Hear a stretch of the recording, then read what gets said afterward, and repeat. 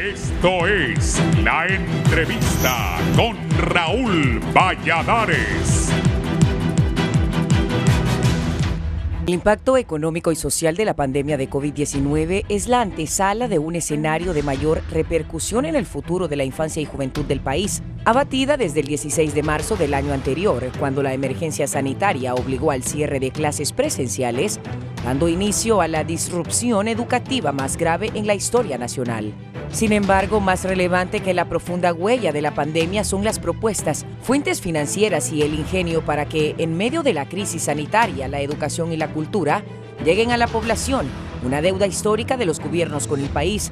La imposibilidad de acceder a Internet, a clases virtuales por medio de plataformas educativas. La pandemia ha dejado sin trabajo, ingresos y recursos a miles de familias, además de la poca inversión pública en educación. El talón de Aquiles de la educación es un campo cegado con 1,5 millones de niños y jóvenes excluidos o desertados en los 3 niveles de enseñanza público y privada. Ahora las instituciones es prácticamente una tragedia, ya que la crisis sanitaria ha provocado que los niveles de marginación se incrementen, señala el dirigente magisterial Daniel Esponda. Hoy, en tiempos de pandemia, donde el gobierno ha sido incapaz de garantizar el Internet y la impresión de cuadernillos, 2 de 3 niños en edad escolar han sido excluidos del sistema educativo.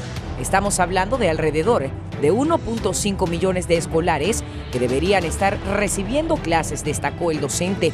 En 2018, 10.500.000 niños, niñas y adolescentes en América Latina y el Caribe no asistían a la escuela, de los cuales 16% estaba fuera de la primaria, 22% con secundaria baja y 62% fuera de secundaria alta. Menos de la mitad logra alcanzar competencias básicas de lectura y solo 1 de cada 4 lo hace en matemática, 40 de cada 100 estudiantes de tercer grado de primaria y 18 de cada 100 en sexto no superan el primer nivel de desempeño en la evaluación de lengua.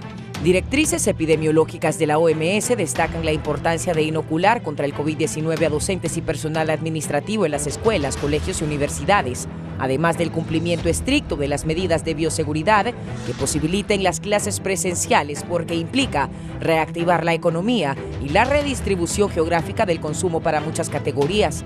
México, para el caso, llamó a clases presenciales el 7 de junio a más de 259,000 trabajadores de educación y 1.6 millones de alumnos de todos los niveles por indicación de la Autoridad Educativa Pública, y de paso reactivando a miles de empresas de la industria del papel, comercio de útiles escolares, uniformes y equipos electrónicos. Docentes de 92 municipios comenzarán a recibir la vacuna contra el COVID-19, seleccionados por el programa ampliado de inmunización, agregándose a estos otro término municipal inoculado con el antiviral donado por el gobierno salvadoreño. De igual forma, autoridades de salud como de educación pública evalúan una lista de municipios para la reapertura de centros educativos y actividades académicas presenciales. A nivel nacional, las autoridades seleccionaron a 154 de 298 municipios que tendrán acceso a las dosis de vacuna contra el COVID para el gremio magisterial, cuyas voces representativas refutan las cifras oficiales en inversión educativa y viven bajo la lupa crítica del regreso a clases presenciales. Al menos 12.257 docentes figuran como nominados a inocularse en las campañas de vacunación prioritarias, que después incluirían a los alumnos en las campañas de vacunación. Los centros de educación solo podrán abrirse cuando los actores estén inmunizados, según las fuentes oficiales. La educación es patrimonio del pueblo, ratificó el general Francisco Morazán, porque es el arma más poderosa que puedes usar para cambiar el mundo, agregaría Nelson Mandela, libertador del apartheid, Premio Nobel de la Paz y expresidente de Sudáfrica.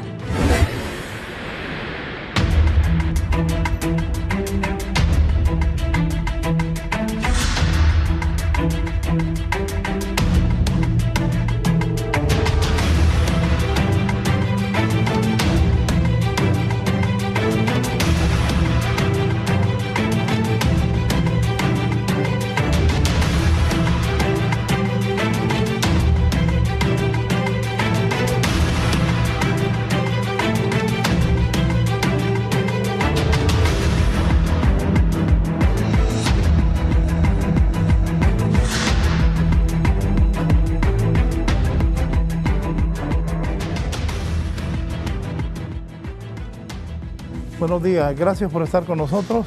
Primero, quiero darle el pésame a la familia de Carolina.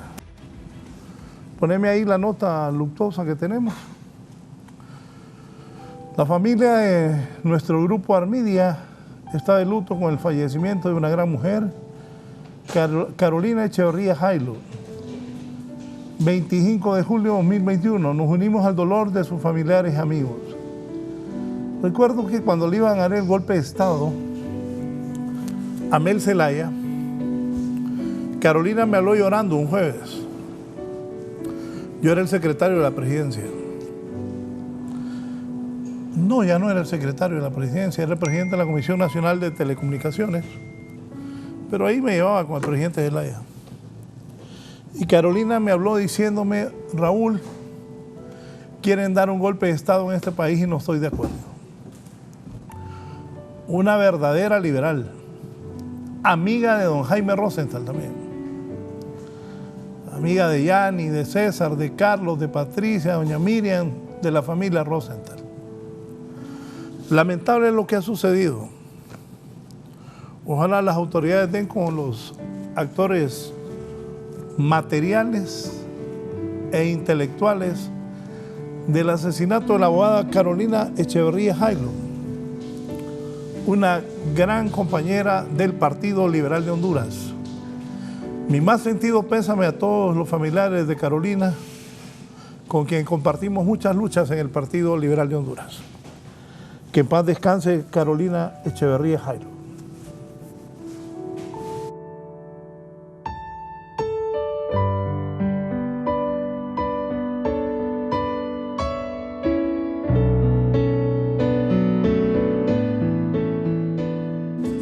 Pasamos ahora a la entrevista.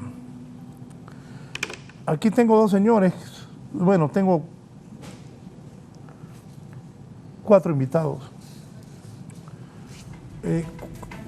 Yo no puedo cuantificarlo porque no sé realmente.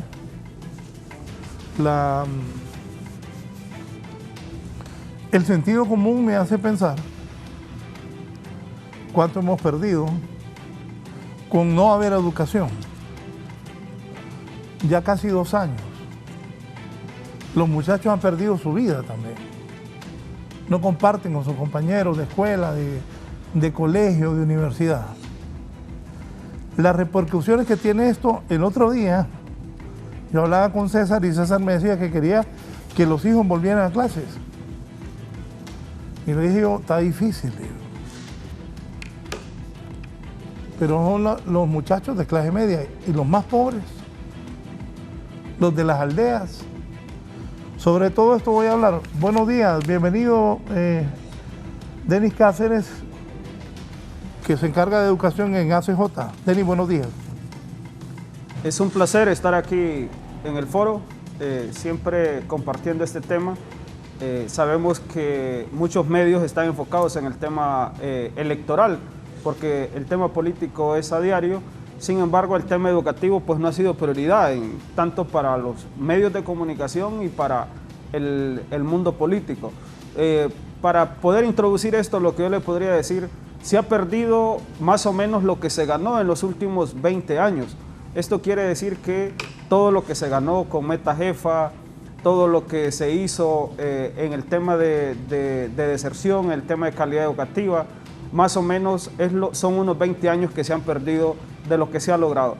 Entonces, para volver a iniciar en el sistema educativo, volver a planificar el sistema educativo, hay que volver a revisar esas cifras que estaban a inicios del 2000 que podrían ser igual o peores. Y lo que yo podría decir, usted lo acaba de introducir, en el mundo del COVID se habla de una muerte física, y en el mundo de la educación se habla de una muerte intelectual. Es lo que están planteando tanto Reimer como Andreas Leicher de PISA, de que hay una muerte de los jóvenes, y esa muerte es intelectual porque perdieron su vida para poder seguir con ella misma. Gracias. Voy a saludar a la viceministra de Educación, que está vía Zoom con nosotros, Gloria Mengíbar. Bienvenida, viceministra.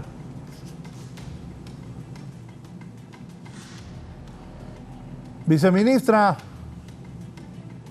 Buenos días, viceministra Gloria Mengíbar. Buenos días.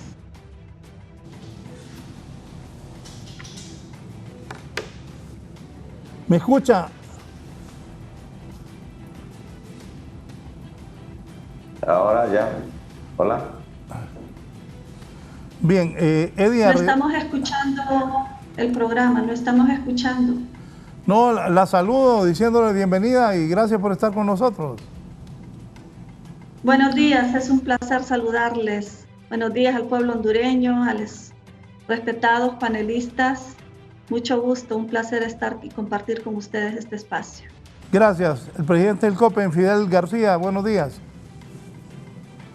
Buenos días, Raúl. Buenos días a los invitados también, compañeros y compañeras muy destacados de la docencia. Al pueblo hondureño, buenos días. Gracias por la invitación, Raúl. Aquí estamos. No, gracias a usted. Don Carlos Avillón, ¿cómo está? Bienvenido. Muy buenos días, Raúl, y a los compañeros panelistas. Un placer. Un saludo al pueblo hondureño. Gracias por la invitación. Sí, fíjese que aquí Denis me decía, yo sí le he dado bastantes programas a esto de la educación, porque sé el retraso que esto nos produce. Aparte, paso molestando al rector Marlon Brevé, de que paga un montón de dinero en escuelas y colegios privados, y no es lo mismo, no es culpa de... Marlon, ¿cómo estás? Buenos días, licenciada Valladares, buenos días a los colegas panelistas. Usted ya lo indicó, la educación virtual es diferente a la educación presencial, pero con los avances tecnológicos que se han dado en los últimos 5 años y de manera disruptiva en los últimos 2 años, creo que la calidad de la educación virtual ha mejorado ostensiblemente. Sí hay algunas asignaturas que no se pueden sustituir por clases virtuales. Sí es importante que los niños en edades de preescolar y en los primeros años de educación básica tengan algún contacto presencial. Y por eso creo que a año y medio desde que se cerró el sistema educativo debemos seguir siendo cuidadosos, pero ya debemos, yo decía hace 3 meses, pilotear en el segundo semestre. Ya estamos en julio y todavía estamos en el proceso de vacunación docente, y ojalá hoy la viceministra Mengíbar nos dé buenas noticias y nos diga que se va a comenzar a trabajar. Y hay noticias así un poco ambiguas, pero se habla de 92 municipios y otra noticia habla de 154 municipios. Ojalá reabramos las escuelas y los colegios de manera semipresencial, gradual, responsable, con los docentes vacunados pronto. Sí, y precisamente, ¿qué significa el regreso que sea seguro? ¿Qué significa que el regreso sea voluntario? ¿Cuál es la posición del Ministerio de Educación, viceministra Gloria Mengíbar?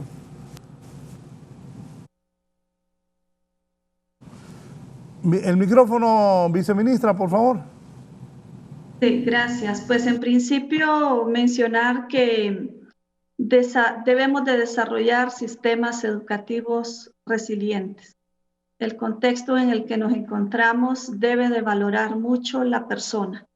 Y eso es precisamente lo que se ha hecho a partir del cierre de las escuelas y se continúa priorizando. El mayor cambio que requiere el aprendizaje a distancia es justamente la flexibilidad y el reconocimiento de que una estructura controlada de un centro educativo no puede ser replicable en línea. Y en ese sentido, la Secretaría de Educación desde el 2020, el año pasado, iniciamos construyendo de manera consensuada, colaborativa, con instituciones, universidades y diferentes organismos cooperantes, una estrategia de retorno seguro.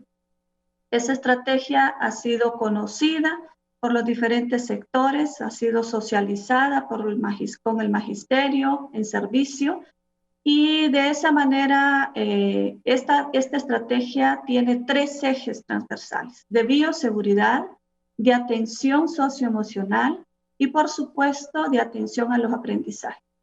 No dudamos que las medidas educativas durante la crisis generada por la pandemia han sido valoradas por el magisterio, por la docencia, por los padres de familia y por los estudiantes y docentes. Sin embargo, en este año entramos a un proceso de valorar la curva de contagio en los diferentes municipios del país, en las diferentes zonas. Los centros educativos elaboraron planes de trabajo de acuerdo a su contexto, con una colaboración de la comunidad muy fuerte, Y de acuerdo a eso, hemos venido consensuando con el SINAJER la posibilidad de apertura de acuerdo a esa movilidad de la curva.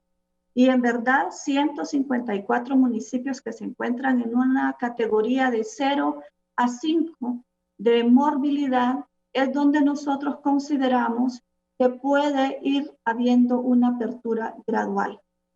Ir haciendo este ensayo.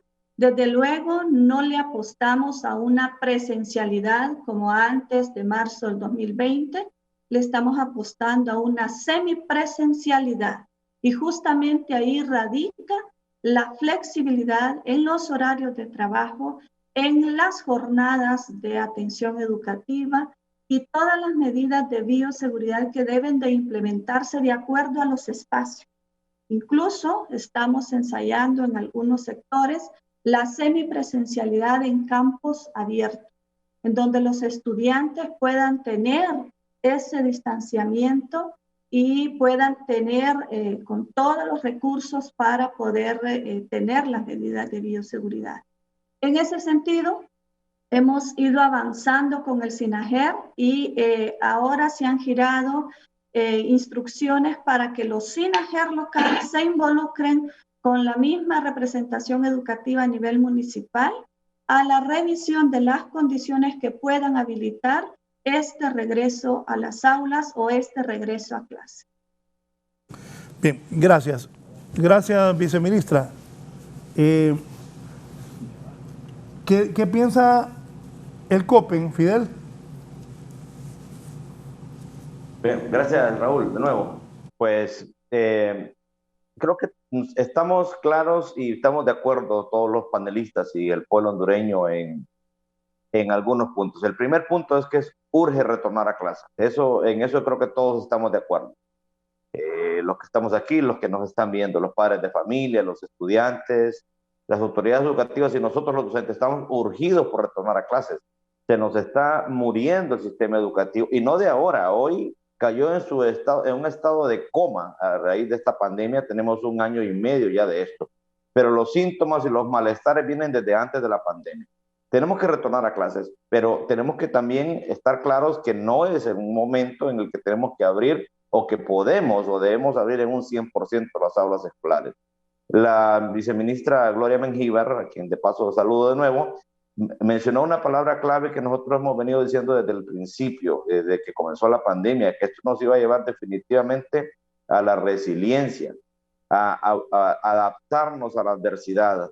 El problema aquí es que, pero tenemos que tener la resiliencia, todos los elementos, todos los involucrados tenemos que ser resilientes. El problema aquí es que los que hemos sido resilientes ha sido el magisterio y han sido los padres de familia. Y eso nos conduce hoy a tener, pues, en el caso de los padres de familia, muchos de ellos, los que no lograron sumarse a la resiliencia, han tenido que dejar de matricular a sus niños y a los jóvenes, y tenemos una matrícula históricamente baja en el año 2021. Una marginación escolar terrible. Tenemos alrededor de 2 millones, 2.3 millones de niños y jóvenes en edad escolar que no están en el sistema. Esa es la poca resiliencia que pueden tener los padres de familia en medio de este contexto de pobreza y miseria que se ha agudizado a raíz de la pandemia. Por parte del magisterio ha habido una respuesta muy efectiva, la viceministra lo sabe el pueblo. Los maestros pues han, junto a los padres de familia, costeando con sus propios fondos pues conectividad, creando pues estrategias de cómo mantenerse comunicados. Hoy muchos docentes ya están pues le están entrando al tema del manejo de la virtualidad, se ha capacitado con esfuerzos propios o con esfuerzos de las organizaciones magisteriales en este tema. Es decir, la resiliencia, sentimos nosotros que no ha habido ese empuje también por parte de la Secretaría de Educación, no ha habido ese empuje por parte de las autoridades que toman lo que deberían tomar las decisiones más importantes en el país. El tema educativo es un tema vital, es un tema de vida o muerte para la nación. Entendemos que de primera mano es el sector salud, los médicos tenían que tener esa asistencia y enhorabuena, pero sentimos que al magisterio no se le ha dado esa importancia que debe tener en cualquier sociedad que aspira a tener al menos un despegue en desarrollo, no solo económico, sino en desarrollo humano de manera integral. Sí, don Carlos Avión, un amigo mío, me habló ya días que los muchachos de una escuela, es escuela de ricos, voy a aclarar, estaban todos vacunados, que por qué no regresaban a clase. Entonces yo le dije, qué bueno que todos están vacunados, pero en Honduras los hipotes no están vacunados, ni los maestros tampoco. Y qué bueno que cada escuela privada pudiera vacunar sus hipotes. Pero don Carlos, ¿qué piensa usted? Bueno, mire, en primer lugar, yo creo que en el proceso de enfrentar esta pandemia se han cometido errores. Un primer error que se cometió fue haber cerrado todo el sistema educativo por los primeros 2 casos que se presentaron en el país. Para mí no había ninguna justificación cerrar las escuelas de todo el país, de los 18 departamentos, cuando el peligro de contagio no era ni remotamente como lo es en este momento. Y en este momento, cuando los contagios están creciendo exponencialmente, ahora estamos urgidos por reabrir las escuelas. Entonces, el daño que se hizo de esa medida es terrible, puesto que ha venido, por ejemplo, bueno, por lo menos vino a desnudar las deficiencias que como país tenemos y como sistema educativo que ya las conocíamos, pero hoy esto se ha profundizado y el atraso que tenemos con respecto a otros países se ha duplicado o triplicado. Entonces, el otro error que hemos cometido es que en el caso, y lo que decía Fidel es muy cierto, no se priorizó vacunar al personal de las escuelas como se priorizó al personal de salud. El daño que la pandemia está produciendo en el sistema educativo es mayor que el daño en el sistema sanitario y en el sistema económico, porque las consecuencias y los efectos de estos prácticamente 2 años perdidos en el sistema van a repercutir a mediano y a largo plazo, porque estos niños que ahorita no están recibiendo la formación de vida, el daño que se les está produciendo va a tener sus efectos a largo plazo. Y el otro punto es que también se le ha dicho al gobierno qué cosas se deberían hacer y lamentablemente el gobierno no ha escuchado. Por ejemplo, en el caso de la cobertura de Internet, no vemos, por lo menos yo no sé que se haya hecho ningún esfuerzo por mejorar la cobertura de Internet y mejorar la calidad de la señal de Internet en el país. Aquí mismo en Tegucigalpa nosotros tenemos problemas serios con la señal de Internet, no digamos allá en las zonas aisladas del país. Y el otro punto también, que la capacitación de docentes en las herramientas tecnológicas ha sido débil, ha sido muy poco, cuando esto debió haberse hecho precisamente allá en junio del año pasado, que participábamos en la mesa multisectorial. Una de las cuestiones que planteamos allí era la capacitación docente, era prioridad 1. Incluso la Universidad Pedagógica presentó ahí unos diplomados que iba a desarrollar y a la vista está que no han sido muy efectivos. Entonces, todos estos elementos han repercutido entonces para que la situación en el sistema educativo cada día nos preocupa más el grave atraso en el que hemos caído. Y esto, como punto concluyente, Esto lo que nos ha producido es, comparado con otros países, reducir, aumentar más esa brecha, pero internamente la brecha entre grupos sociales, entre grupos urbanos y rurales, entre escuela pública privada se ha ampliado más. Entonces, por eso es que tenemos que tomar medidas heroicas, urgentes, y para poder compensar o para poder recuperar un poco ese tiempo que ya sabemos que el tiempo no se puede recuperar, pero recuperar un poco el grave daño que se le ha hecho al sistema educativo. Sí.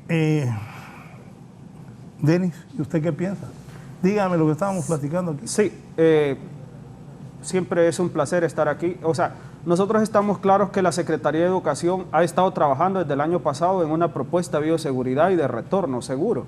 Y ahí no podemos decir que los equipos técnicos de la Secretaría no han estado haciendo nada, porque no es cierto. O sea, realmente han estado desde el año pasado queriendo retornar, pero no tienen el apoyo.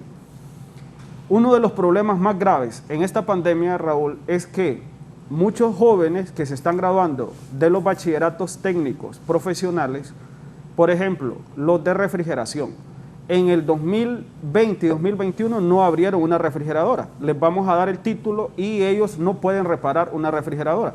Lo mismo con los mecánicos, el bachillerato en mecánica. Les vamos a dar el título, pero no abrieron un motor.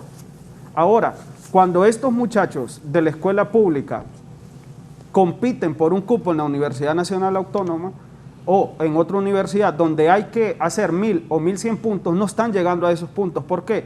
Porque estos 2 años de formación están perdidos para ellos. Entonces, ¿qué está ocurriendo socialmente? La catástrofe social.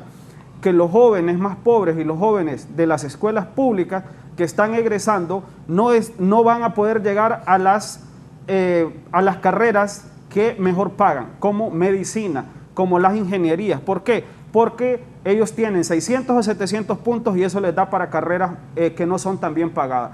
Tenemos un grave problema. En los próximos años habrán médicos, habrán ingenieros prácticamente solo de las escuelas privadas. En el año 2018 se publicó el estudio de PISA por la OECD, que es el Programa Internacional de Evaluación de Alumnos. Aquí ya habían 2 años de diferencia de aprendizaje entre un alumno de la escuela privada y la escuela pública. Ahora, con estos 2 años perdidos, esta diferencia podrían ser 3 años, que son 3 desviaciones estándar en el estudio de PISA. Esta diferencia es tan grave en la vida de la persona que no le da para conseguir un trabajo y no le da para conseguir un cupo en la universidad. ¿Qué dice usted? Me dice aquí este amigo mío, Raúl, ya es momento de regresar a clases.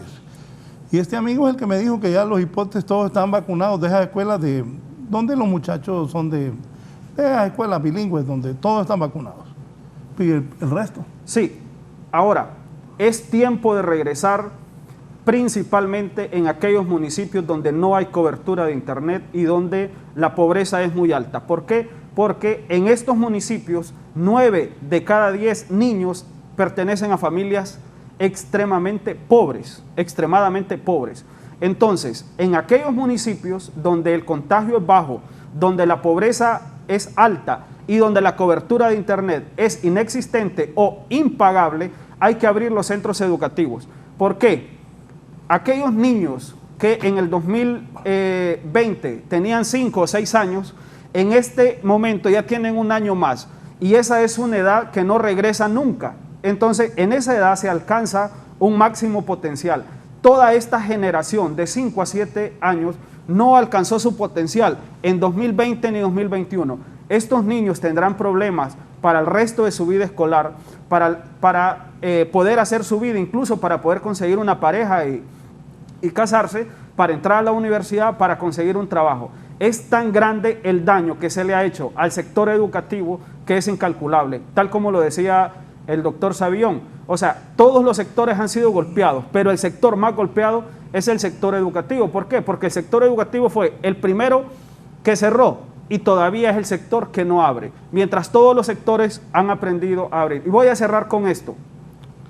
Me parece que es una excelente posición la de Fidel, de regresar en algunos lugares que se pueda regresar. No se pueden todos. Oiga esto antes de su conclusión. Mis hijos fueron a la escuela en Costa Rica cuando aún no había vacuna y no son centros de infección. En Honduras ya se están vacunando a los profesores. Importante que regrese a clases. Sí, es tan importante regresar a clases porque es regresarles la vida a los niños más pequeños y a los jóvenes de este país. Sin embargo, no desconocemos que en las ciudades es más difícil porque la contaminación con el COVID es más alta. Ahí estamos totalmente de acuerdo. Pero en aquellos municipios donde prácticamente no se puede conectar a un alumno porque no tiene el aparato y tampoco tiene el internet, hay que empezar a abrir. Y ahí en eso rescato la posición de Fidel, que en esos lugares se podría hacer. Voy a terminar con esto, Raúl, para darle continuidad al foro. Mire, desde ya varios meses estamos pidiendo que se reaperture el sector educativo.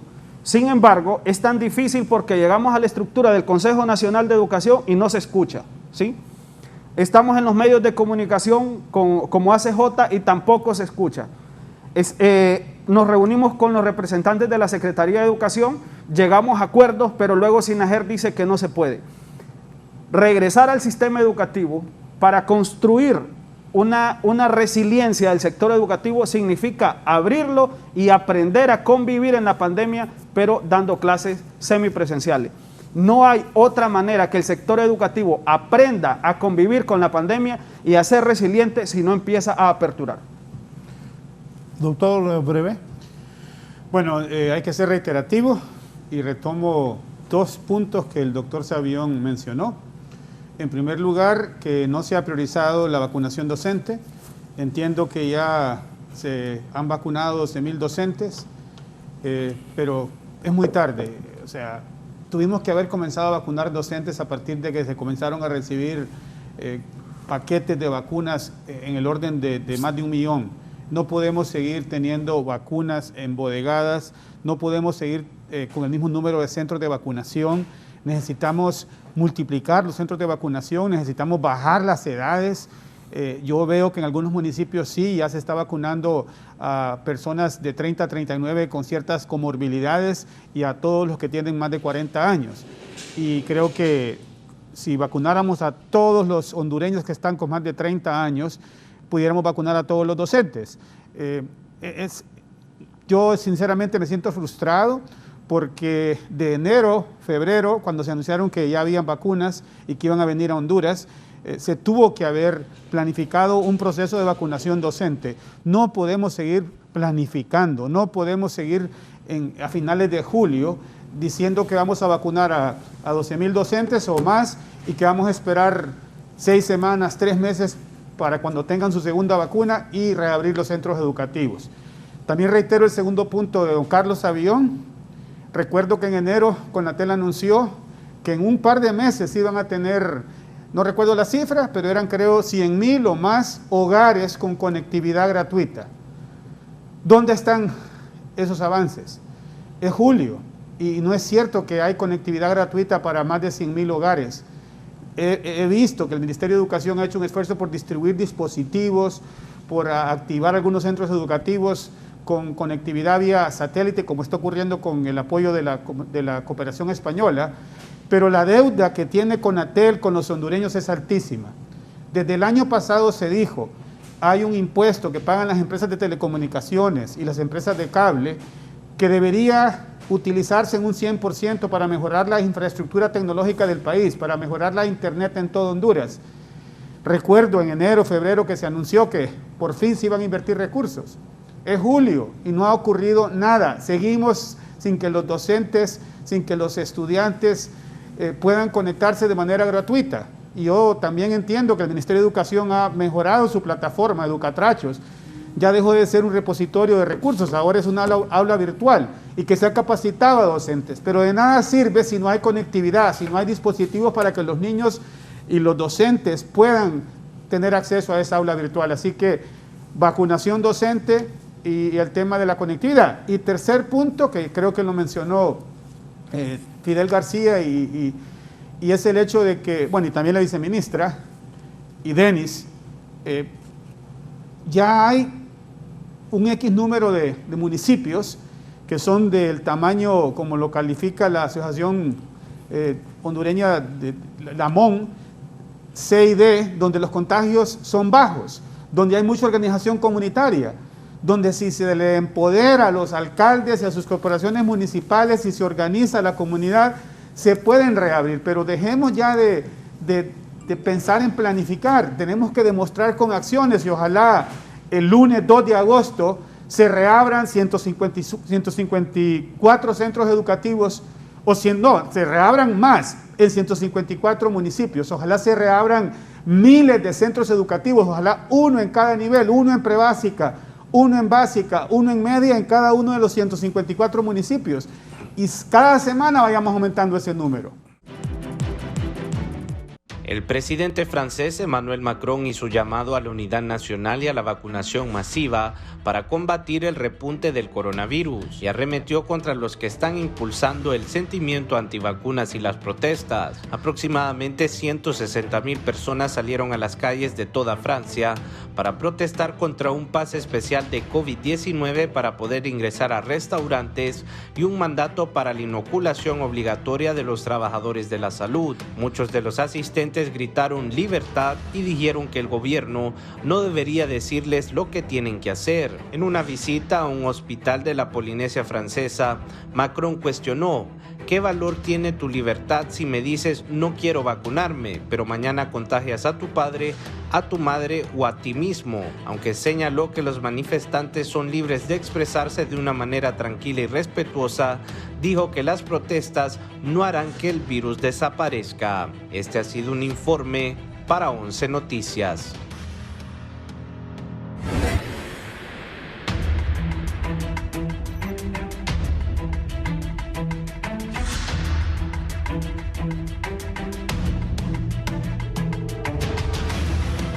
Bien, viceministra, ¿cuándo cree Educación que podríamos regresar a clases? Vea, nosotros estamos apostándole desde inicio de este año el regreso a clases. Hay situaciones que nosotros tenemos que recordar. ¿Por qué se cerraron los centros educativos?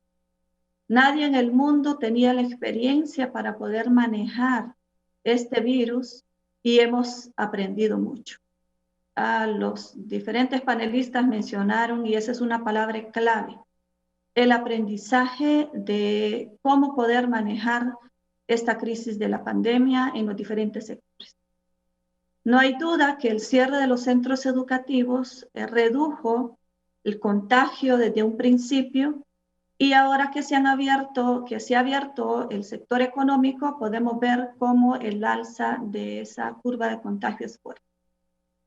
Los sistemas educativos del mundo experimentan un periodo de innovación generalizada. Honduras no es la excepción.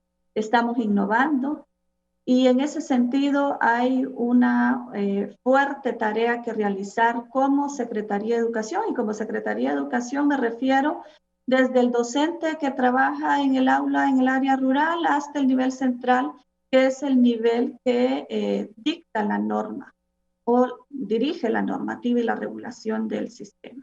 Y en ese sentido, el daño a la educación de muchos niños y niñas se basan ya en problemas preexistentes. Hablamos de dos cosas entonces. Un tema es la conectividad, que el país no tiene las condiciones para una infraestructura de conectividad al 100%, y eso lo experimentan muchos países en el mundo. De hecho, una encuesta que realizó un personaje a nivel de los investigadores internacionales, de 60 países en el mundo, solo 2 países respondieron haber estado medianamente preparados para enfrentar la crisis con una educación en línea.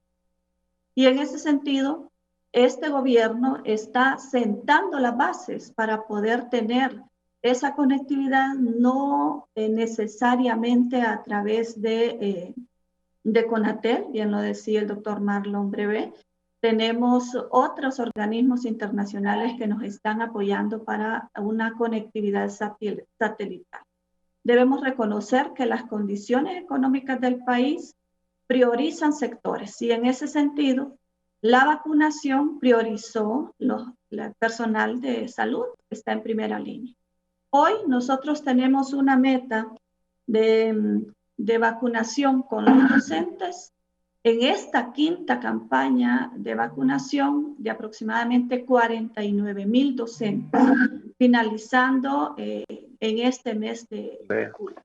Por lo tanto, esperamos que ya en el mes de agosto SINAJER pueda haber valorado las condiciones habilitantes para que estos centros educativos tengan ese regreso a clases semipresencial. Lo repito, la presencialidad difícilmente regresará. Por lo tanto, tenemos que adaptarnos a nivel local esas condiciones que permitirán el regreso a clases y minimizar la pérdida de aprendizajes que hemos tenido en el año 2020.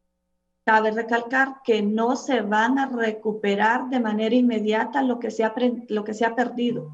Los aprendizajes perdidos posiblemente se recuperarán en 5 años. Esta generación fuertemente dañada por la pandemia, y estoy hablando no solamente de Honduras, sino que de la generación de estudiantes a nivel mundial, tendremos situaciones críticas que atender. Por eso la Secretaría de Educación ha planificado un plan de protección a las trayectorias educativas trianual, que va desde el 2021 al 2023, queriendo dejar conectada la siguiente administración con lo que se hizo, la toma de decisiones informadas que se debe de hacer próximamente para proteger en principio la trayectoria de esos educantes.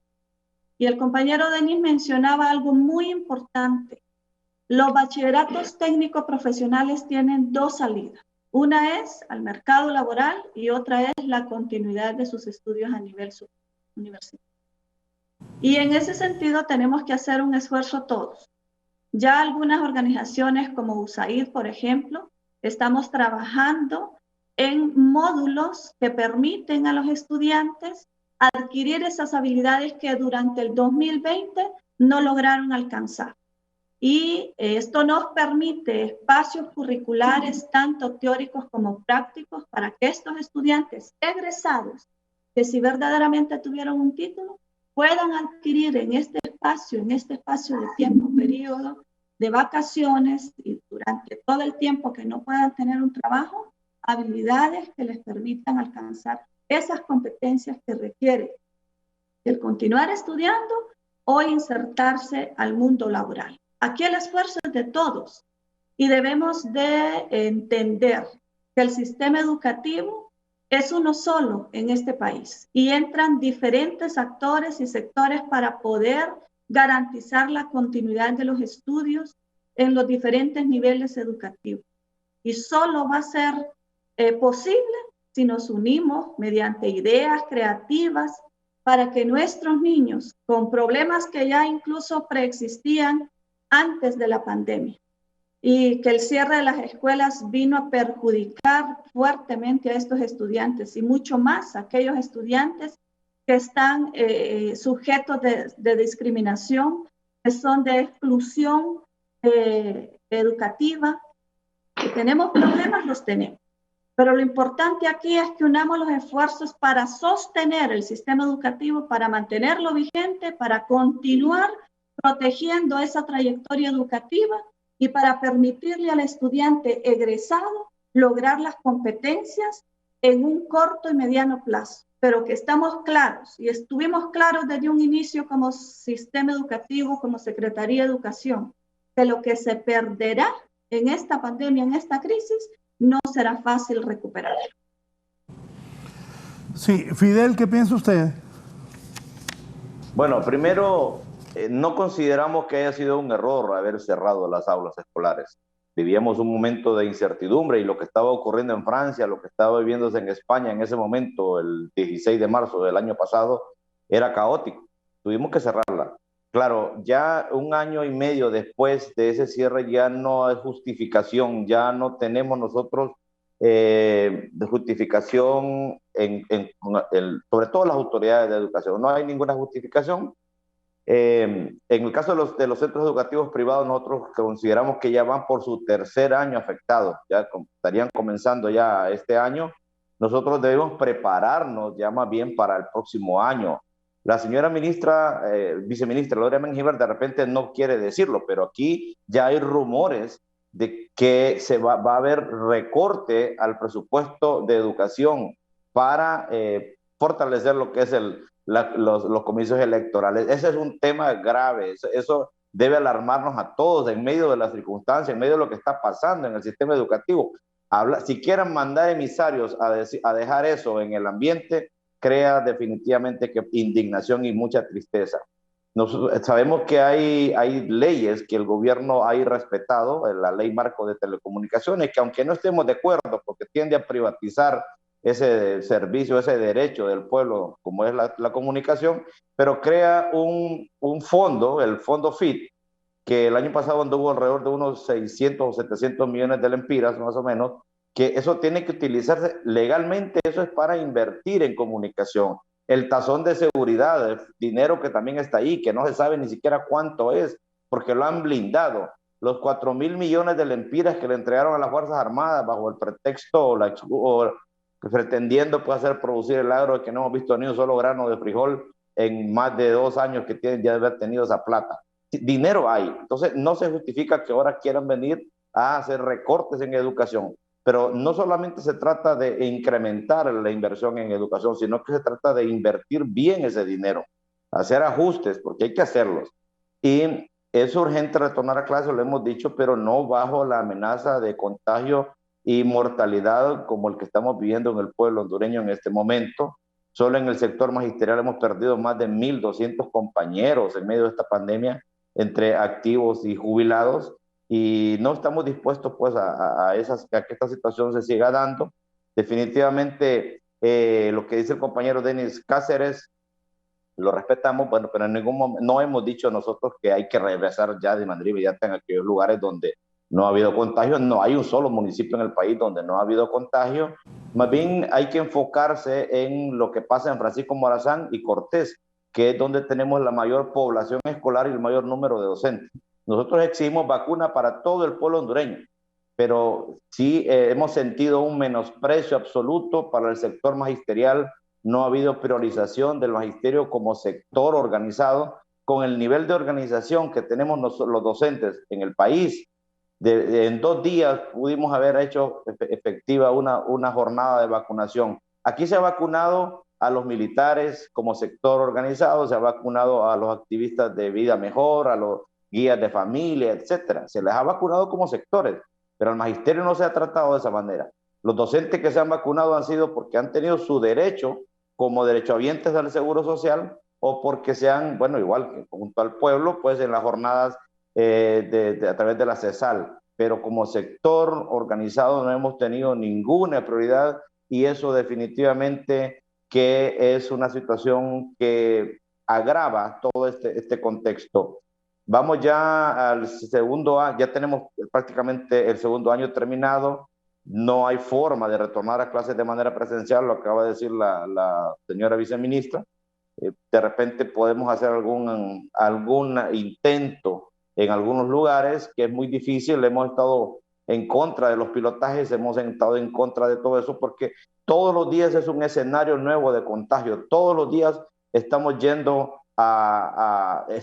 yendo pues a una posibilidad de contagio si se abren los centros educativos de esta manera. Ahora, ¿qué ha pasado? ¿Por qué es tan urgente? ¿Por qué estamos viendo tanta la urgencia de retornar a las aulas de clase? Y hemos visto una situación desesperada por parte de las autoridades de educación e incluso en cadena nacional, decirlo.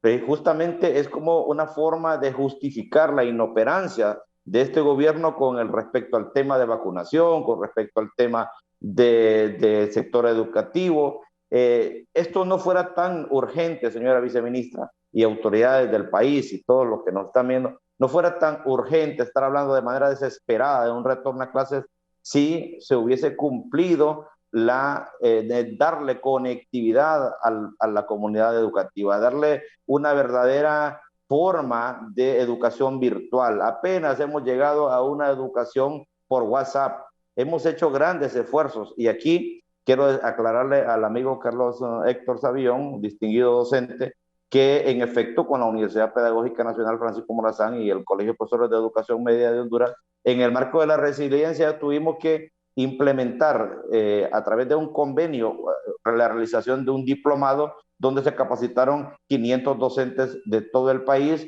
Hemos pretendido nosotros tener algunos tipos de acercamientos con técnicos de la Secretaría de Educación para socializar este tipo de proyectos y poderlos masificar a nivel nacional. Gracias a ese esfuerzo de la Universidad Pedagógica y nuestra organización, hemos podido pues darle a la educación compañeros que están ya hoy utilizando otro tipo de herramientas, pero esa es una excepción en medio de toda esta situación.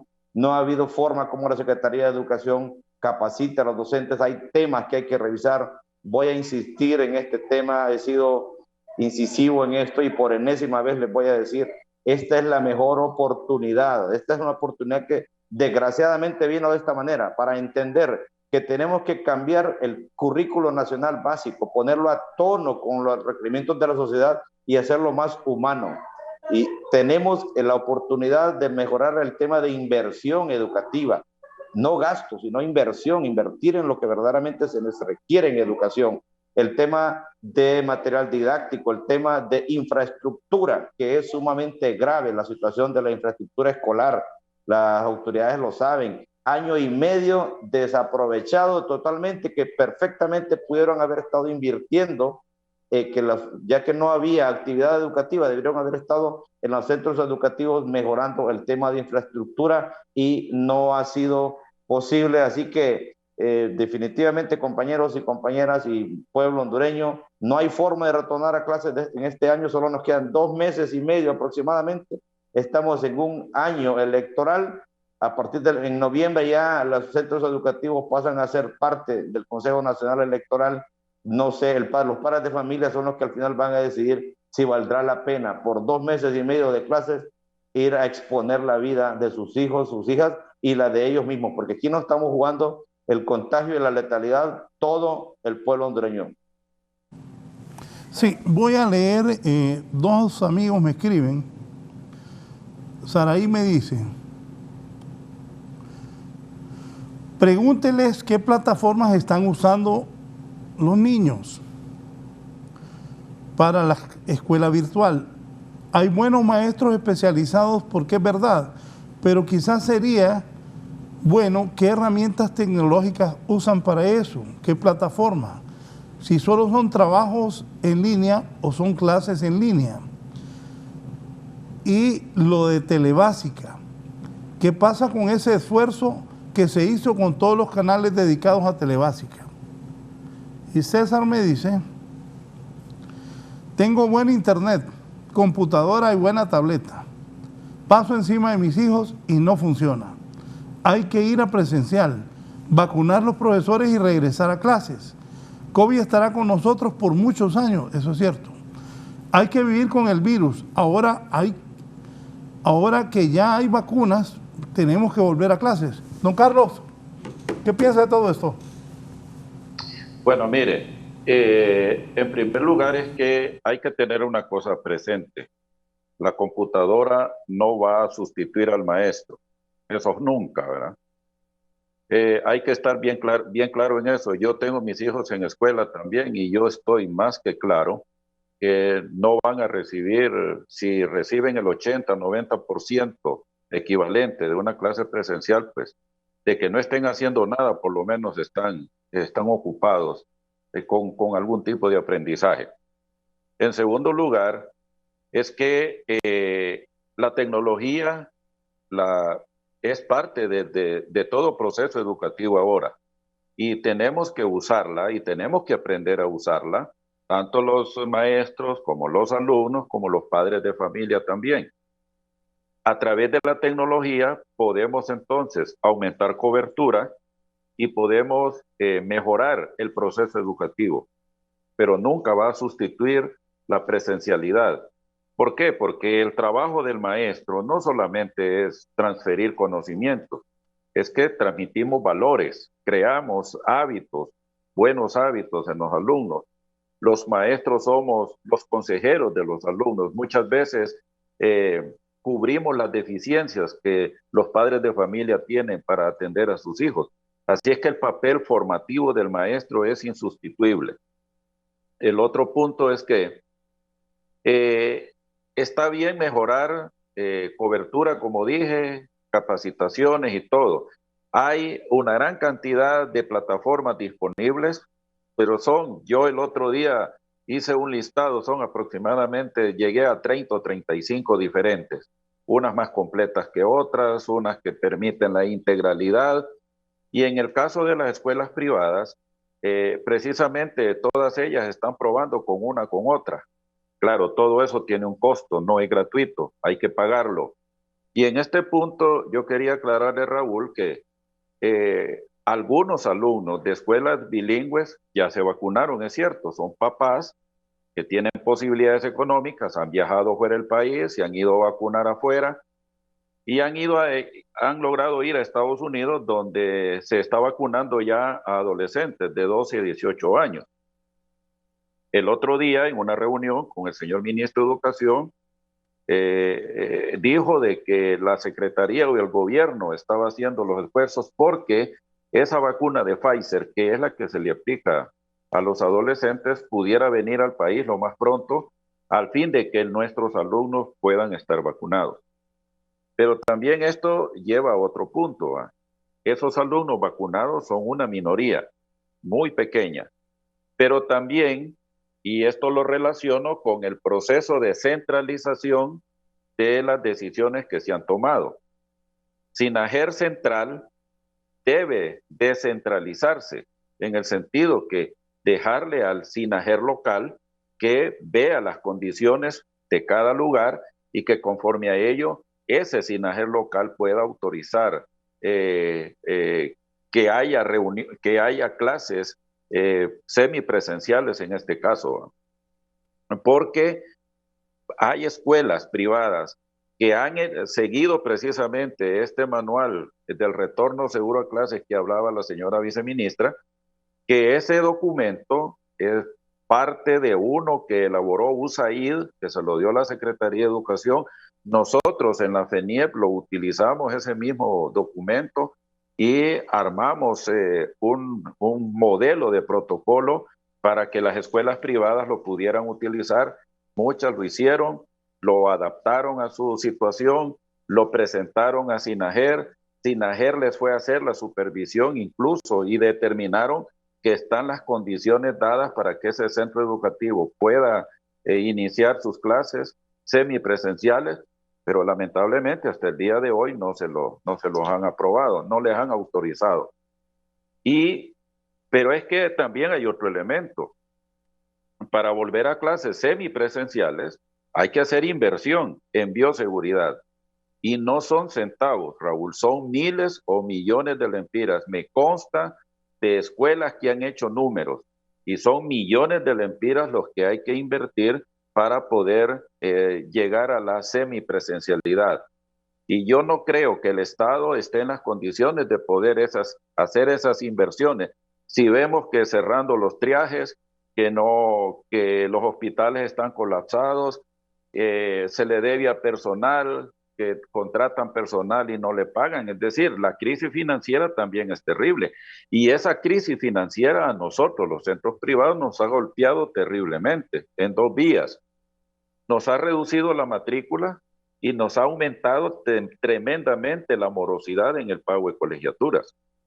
Así pues que todos estos elementos sí hay que tenerlos presentes, pero es fundamental la descentralización. Y en esto también a la Secretaría de Educación hay que descentralizar muchas cosas, ¿verdad? Porque no podemos seguir haciéndolo todo desde Tegucigalpa. Aquí tenemos una problemática, a veces no es la misma problemática que se vive en las comunidades. Así que este es el aporte que yo le puedo hacer, Raúl.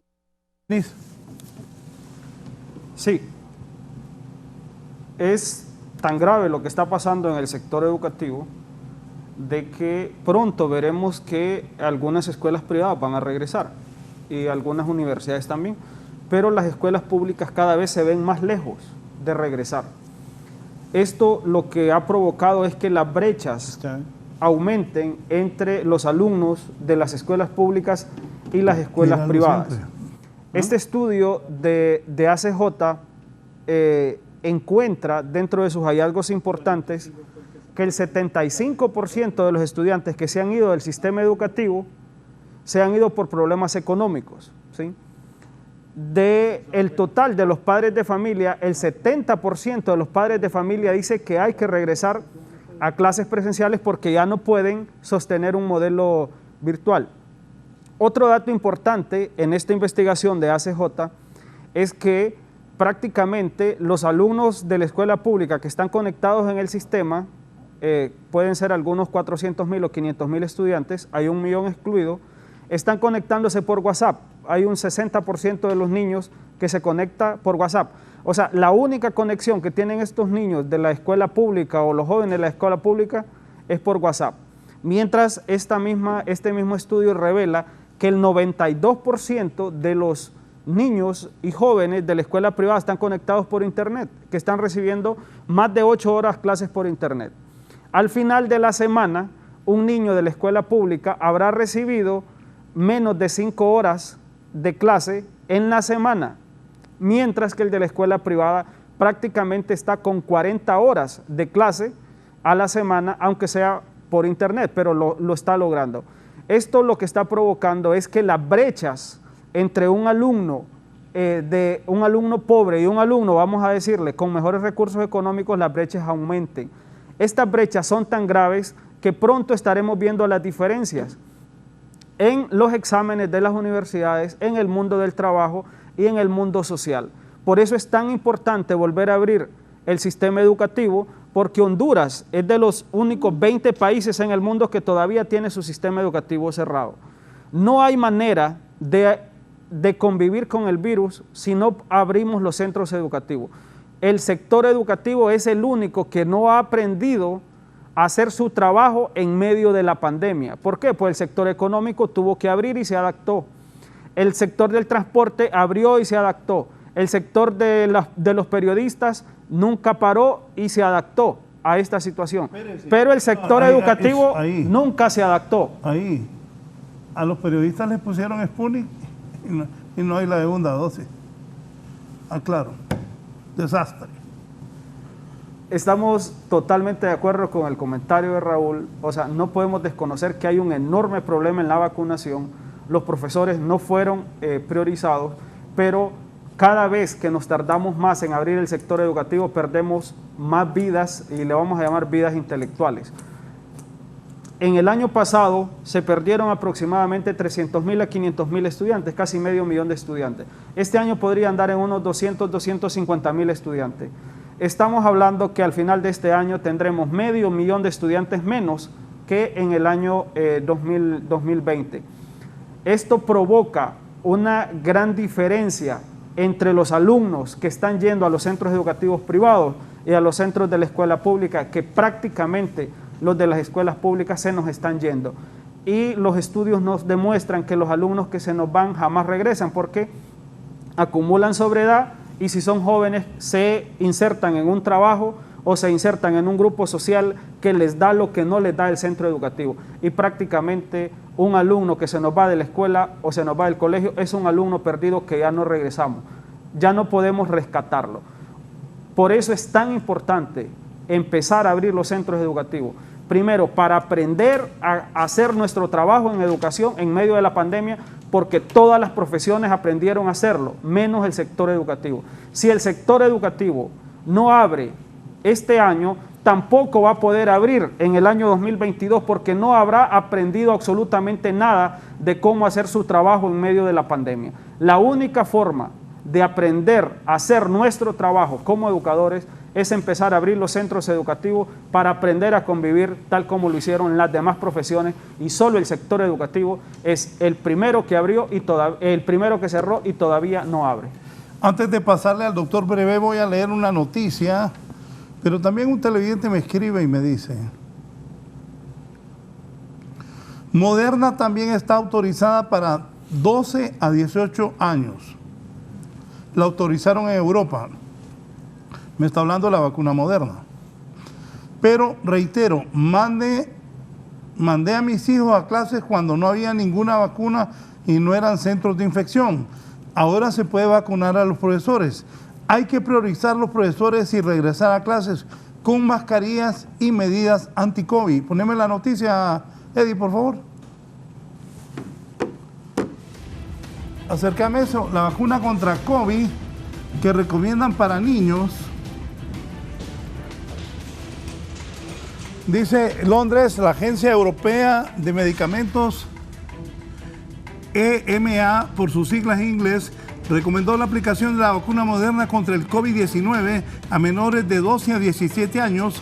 Es la primera vez que se autoriza la vacuna para menores de 18 años. La EMA, el organismo regulador de la Unión Europea, dijo que en un estudio con más de 3.700 niños entre 12 a 17 años demostró que la vacuna Moderna, ya aprobada para los adultos, provocó una respuesta similar en los hipótesis. Doctor Marlon Brevé. Bueno, ya que usted cita esa vacuna, yo voy a citar a el máximo funcionario en temas de educación del Banco Mundial, Jaime Saavedra, un exministro de Educación de Perú, que hoy ostenta el cargo de Coordinador General de Educación del Banco Mundial.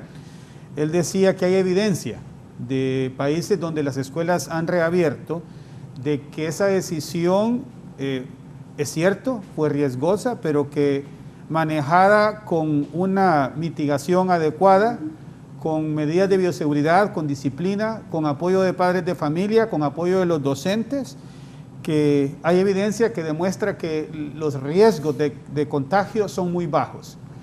Y yo coincido con el doctor Denis Cáceres y sí, quizás no coincidimos con el licenciado Fidel García, de que hay que reabrir. No podemos seguir perdiendo tiempo. En educación superior, desde febrero, se autorizó de parte de SINAGER la reapertura a través de pilotajes. Y los pilotajes son muy importantes porque le ayudan a las instituciones a ganar experiencia, a recoger información y datos, a manejar casos. Y al día de hoy las universidades que han reabierto, y obviamente que no ha sido de manera masiva, han sido las secciones que tienen laboratorios prácticos. Estos laboratorios se han venido impartiendo en los campus de las universidades y no han habido incidentes, no han habido contagios. Si bien es cierto, se ha monitoreado y si un estudiante tiene temperatura alta se le impide entrar al laboratorio y se le manda a su casa y se le monitorea, ya hay protocolos establecidos y no podemos seguir esperando a que llegue febrero del 2022 para comenzar a experimentar con pilotaje. Sería ya el inicio de un tercer año donde se va a perder esta generación, donde siguen muriendo de manera intelectual muchos jóvenes. Tenemos que asumir algunos riesgos, tenemos que ver a las buenas prácticas, tenemos que aprender de otros países que han reabierto a pesar de que los docentes no estaban vacunados. Ahora hay una decisión del gobierno de vacunar a los docentes. Necesitamos reabrir, necesitamos ganar experiencia, aunque solo sean 3 meses. Todavía queda agosto, septiembre, octubre y parte de noviembre. 4 meses, en 4 meses podemos adquirir experiencia para que en enero, y no estamos hablando de febrero, ojalá en la primera semana hábil de enero ya se reabran los centros educativos. No podemos seguir tomando vacaciones en diciembre y enero. Necesitamos pilotear de aquí a noviembre. Es cierto, las elecciones son el 28 y las escuelas se van a entregar. Doctor Brevé, ¿las clases para usted hasta el otro año? En las universidades el 90% ha sido virtual, pero hay un 10% de clases presenciales que comenzaron en febrero. Ese porcentaje ha ido incrementando, subió al 15% en el segundo trimestre y ahorita en el último semestre, que es el tercer trimestre de algunas universidades, está entre 15 y 20%, pero solo los laboratorios. Ya hay experiencia y hay una gestión de parte de las universidades donde ya se ha vacunado a casi el 90% de los docentes de las universidades privadas, porque las universidades privadas, sus docentes cotizan al Seguro Social y hay una campaña para vacunar al otro 10%. Y los docentes están dispuestos a regresar. Y los padres de familia también están dispuestos a que sus hijos regresen. E igualmente, como ocurre en algunos colegios privados, hay un porcentaje de los estudiantes de universidades privadas que se han vacunado. Pero de nuevo, independientemente de que el estudiante esté o no esté vacunado, hay que reabrir a manera de seguir piloteando, seguir adquiriendo experiencia para que en enero de 2022 estemos listos, estén ya todos los docentes vacunados, esté una gran cantidad de estudiantes vacunados mayores de 18 años, en el caso de las universidades, y de 12 a 18 en el caso de las escuelas y los colegios. Pero no podemos seguir esperando que la población esté totalmente vacunada para reabrir el sistema educativo. Necesitamos pilotear, necesitamos aprender de las experiencias y compartir de parte de las universidades todo el aprendizaje que se ha hecho, donde se ha demostrado que los estudiantes cumplen los protocolos, los docentes también los cumplen, y que con el apoyo y como un sistema de monitoreo no hay contagios masivos. Eddie, ahí Raúl te envió algunas cosas que está considerando la población. Dice, le pido al profesor Fidel García, como exalumno suyo, que no hable de infraestructura, que siempre ha dado clases así. Otra, si nosotros somos el futuro de Honduras, todo está normal. Ahora menos las clases presenciales. Fernando Núñez, ¿qué podamos esperar del gobierno en el sistema educativo si los docentes costean el internet propio, el internet de los estudiantes? El equipo tecnológico también se ha comprado por padres de familia, de docentes, y el pago mensual siempre es tarde. Mauricio Maruca Oliva, está colapsado los hospitales con un sistema de salud deficiente. Los médicos trabajan con las uñas, ahora quieren llevar a los niños a clases. Pregunta, ¿solo importan los maestros y los niños cuándo se van a vacunar? Que no piensan en ello, sin contar que no tienen las condiciones adecuadas. Hay escuelas que no tienen agua, no sean bárbaros. Desde febrero, dice Yoleni Ferrera Alvarado, desde febrero estamos dando clases 2 veces a la semana y el Señor Jesucristo nos ha guardado. Ramón Madrid, estos de ACJ solo son paja. Ellos pasan bien, muy bien con los millones que reciben como ONG.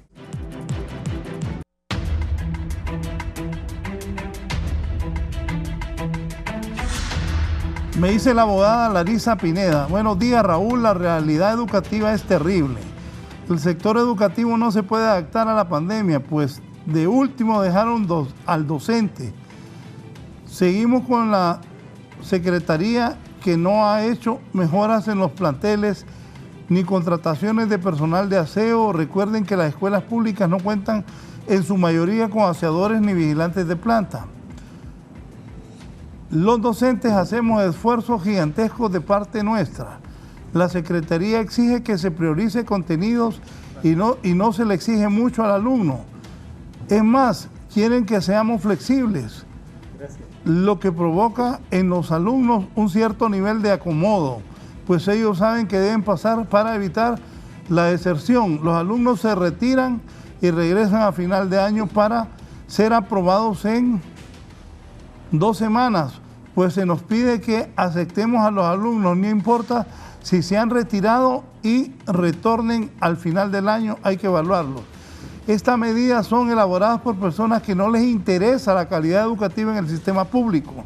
A quien perjudican es al sistema público, dejándolo en total desventaja. A los docentes nos cuenta cada hora de trabajo frente a la pandemia. De nuestro sueldo sale todo: internet, tecnología, saldo, los alumnos, guías y copias. Bien. Viceministra, ¿van a haber clases o no van a haber clases? Porque aquí estábamos platicando, Fidel dijo que para qué, si ya solo faltan 2 meses, y él tiene su punto también, y la pandemia continúa y la pandemia está en lo más alto. ¿Vamos a volver a clases o no, viceministra? Sin duda. Debo aclarar algo. Como Secretaría de Educación le apostamos al retorno a clases semipresenciales por las condiciones en las que estamos hoy en día con la pandemia. Y en ese sentido, debo de mencionar que 1.290 centros educativos están priorizados para mejorar sus condiciones de infraestructura con un financiamiento de aproximadamente 2.000 millones. Y lo otro que mencionaba el compañero Fidel, proteger el financiamiento en educación, el que ya se tenía, es lo que hemos conseguido. No considero que el gobierno toque el presupuesto de la Secretaría de Educación o del sistema educativo, porque aquí las universidades también reciben su aporte de parte del Estado, sino que para atender el tema de elecciones, el tema político partidario, pues lo hará a través de préstamos, lo que hemos visto en las noticias. Y por lo tanto, lo que ya tenemos en el sector educativo está priorizado. Y en el tema de las plataformas que tiene el sistema educativo en la Secretaría de Educación, en los niveles de básica y media, tenemos 4 plataformas fortalecidas. Tenemos en el 2020 más de 61,000 docentes capacitados para utilizar plataformas. Desde luego, siempre hay un proceso de mejora continua para que estos docentes puedan fortalecer sus habilidades y sus capacidades para atender estudiantes en línea o estudiantes a distancia. Fíjese que nosotros del monitoreo que como Secretaría hacemos para poder tomar decisiones informadas, de 49,000 docentes y fracción que fueron consultados, el 48,6% están atendiendo a sus estudiantes a distancia, es decir, con diferentes mecanismos de atención por la radio, por la televisión, incluso el WhatsApp, que el WhatsApp es una plataforma hoy en día que puede ser y que ha sido mejorada para poder hacer ese retorno y tener esa interacción con el estudiante. Claro está que el docente es fundamental para esa interacción y el aprendizaje apropiado de los estudiantes. Otro 48,8% de docentes manifiesta tener una atención a los estudiantes de manera mixta, es decir, lo hacen a través de interacción semipresencial con grupos de acuerdo a los espacios físicos de las aulas y el resto a distancia. Y un 2,6% está de manera presencial. Es decir, podemos tomar ejemplo no solamente de otros países, sino también a nivel de Honduras. Ya tenemos centros educativos que han retornado a clases con el consentimiento de los padres de familia. Me refiero en este caso a Ocotepec. El 94% de los centros educativos tienen clases semipresenciales. Y eso hace una gran diferencia. Otro departamento que ha hecho ensayos fuertes de clases semipresenciales es Atlántida, es Olancho. Ese es un aprendizaje para escalonar y de manera gradual y progresiva comenzar clases semipresenciales a partir de agosto. Como Secretaría de Educación no nos hemos quedado atrás con la entrega de equipo y material de bioseguridad a centros educativos, tanto con fondos nacionales como con fondos de la cooperación. Tenemos centros educativos equipados ya para que de manera diaria, desde abril a octubre, pudieron haber atendido estudiantes con el equipo y con el material. En ese sentido, decimos entonces que debemos de tener una mejor actitud para poder hablar de regreso a clases. Cuando hablo de que no volveremos a clases presenciales es porque lo que estaba antes de marzo del 2020 difícilmente volverá. Tenemos que acostumbrarnos a una nueva forma de enseñar, a una nueva forma de aprender. Y aquí la comunidad, los padres de familia, los docentes, y repito, el nivel central de la Secretaría de Educación es normativo. Las decisiones se están tomando a nivel local y se deben de tomar a nivel local. Ahora bien, el sistema educativo es uno solo. Aquí tenemos que hacer una diferenciación en la forma de administración de los centros educativos gubernamentales y no gubernamentales. Estamos haciendo el acompañamiento para que SINAGER también les dé la autorización a estos centros. 147 centros educativos no gubernamentales están preparados para un retorno seguro a clase. Y es cierto, ha habido una fuerte inversión en centros educativos privados para poder garantizar esta continuidad de los aprendizajes y también lo harán de manera semipresencial. Esas son las condiciones bajo las cuales vamos a abrir y esperamos que el SINAJER, todo este proceso de revisión de condiciones de los centros educativos en esos 154 municipios, tengan ya la opinión técnica y la autorización para ese retorno semipresencial. Aprendizajes de la semipresencialidad ya los tenemos. La estrategia de retorno seguro a clases, el plan de bioseguridad del sistema educativo lo tenemos y a ello se han adaptado planes de trabajo de cada centro educativo de acuerdo a sus condiciones. No necesariamente tiene que haber agua potable en un centro educativo para tener retorno semipresencial. La estrategia contempla cuáles son los mecanismos bajo los cuales pueden los padres de familia y docentes coadyuvar esfuerzos para poder sostener esa semipresencialidad. Así que como Secretaría de Educación le apostamos a ese regreso a clases semipresenciales de manera gradual, de manera segura, en esos 154 municipios en un inicio y luego con todos aquellos docentes que han sido inoculados para poder garantizar la seguridad a la vida de tanto de docentes como de estudiantes. Posteriormente vendrá la vacuna a cierta parte de la población estudiantil que definitivamente tiene que hacer prácticas de laboratorio, sobre todo en bachilleratos técnicos profesionales, que sin estas prácticas no adquirirán las competencias para salir al mercado laboral o para insertarse en las universidades. Pero por eso también la Secretaría prepara esos cursos cortos para poder garantizar las competencias de los egresados de último año. Y aquí las universidades unirse también a estos procesos de formación. Próximamente estaremos aplicando la prueba preuniversitaria para conocer cómo están nuestros estudiantes y ahí tenemos que unir esfuerzos para que ese segmento de la población que egresa de educación media pueda contar con las competencias mínimas, porque estamos hablando de competencias básicas en medio de la crisis que deben de priorizar porque de lo contrario no logramos ni siquiera lo esencial. De que debe de haber una revisión del currículum, hay que revisar también qué tan aplicable fue el currículum con los docentes, que muchos docentes incluso desconocen el currículum. No se implementó al 100%.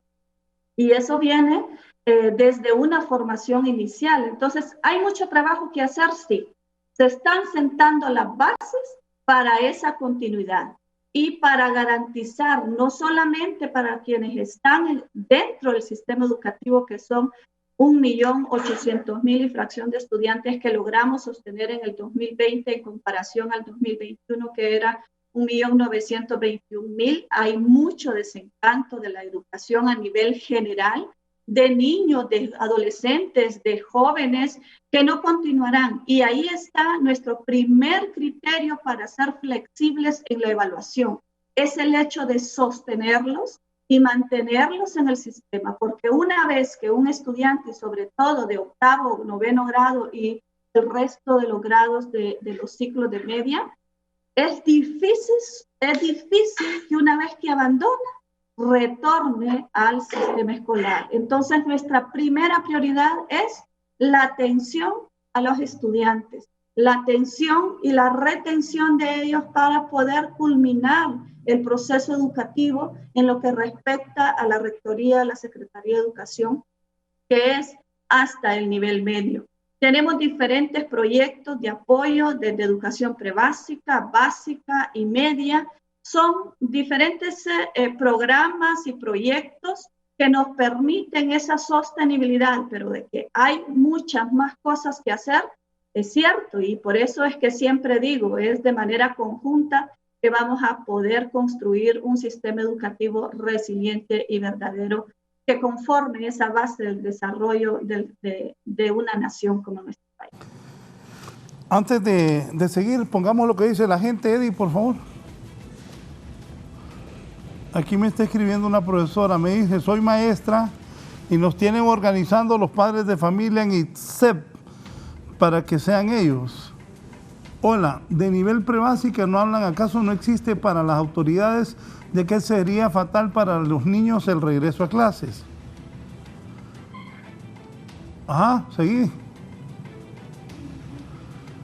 El gran problema del retorno a clases semipresenciales es A, condiciones hidrosanitarias, B, transporte escolar, los padres no envían a sus hijos en transporte público, C, implementación, sostenibilidad de las medidas de bioseguridad, de vacunas de la comunidad educativa. El Instituto Tecnológico del Litoral Atlántico de La Ceiba estamos en semipresencialidad desde abril en 11º y 12º grado BTP. Ha sido una experiencia exitosa, todo financiado por los padres de familia. Bien. Profesor Fidel.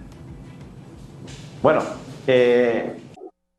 cuando hablamos nosotros de la brecha entre el sector educativo privado y el sector educativo público, no estamos hablando de nada nuevo. En el contexto nacional, la brecha ha sido sobre todo en el tema de acceso a la tecnología, en acceso a los recursos académicos, no en la capacidad académica ni en la capacidad cognitiva, porque ahí no hay ninguna brecha, todos tenemos la capacidad. La diferencia es los recursos y la disponibilidad que se tiene de ellos. En ese sentido, creo que el amigo Denis Cáceres pues está dando algunos datos comparando al sistema educativo público de país sin inversión por parte del Estado o escasa inversión con un microsistema educativo de primer mundo o un nanosistema educativo de primer mundo que podemos tener en Honduras si nos referimos al sistema educativo privado, que pues hay algunas escuelas que prácticamente podemos considerarlas que están al nivel de las mejores escuelas de otros países, o por lo menos en un grado semejante de acceso a los recursos. Entonces ahí la comparación en este momento de pandemia no es como tan pertinente porque sabemos que la brecha se va a incrementar cada día más. En la medida que esa brecha se estreche, pues estaremos en un sistema educativo fortalecido, pero eso depende de una palabra clave que le hemos mencionado aquí, creo que la viceministra lo volvió a mencionar, que es el tema de inversión. Cuando el doctor Brevé se refiere y creo que el doctor Héctor Savillón también lo mencionó, que hay algunos sectores que han retornado pues y que le han entrado al tema de la resiliencia, se han adaptado a la adversidad. Efectivamente, sobre todo la empresa privada, todos los sectores privados, la mayoría, las maquilas y todo, el transporte, han entrado a esta etapa que nos están invitando, que la tomemos en 2 meses y medio que restan de clases. Perfecto.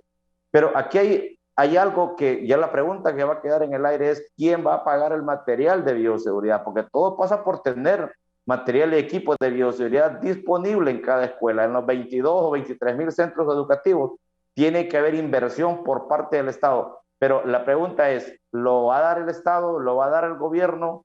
¿Quién va a pagar esto? Definitivamente que la respuesta es simple, lo va a pagar los docentes, lo van a pagar los padres de familia. Con respecto a lo que se refería a un televidente, un amigo que fue mi alumno, pues un saludo de paso, habla del tema de la infraestructura como una condicionante. No estamos poniendo como condición en este momento para un retorno a clases de manera semipresencial, algo que ha sido costumbre a lo largo de estos últimos años, ha sido ya una norma en el país que los maestros, los estudiantes y los padres de familia seamos quienes sostenemos los centros educativos.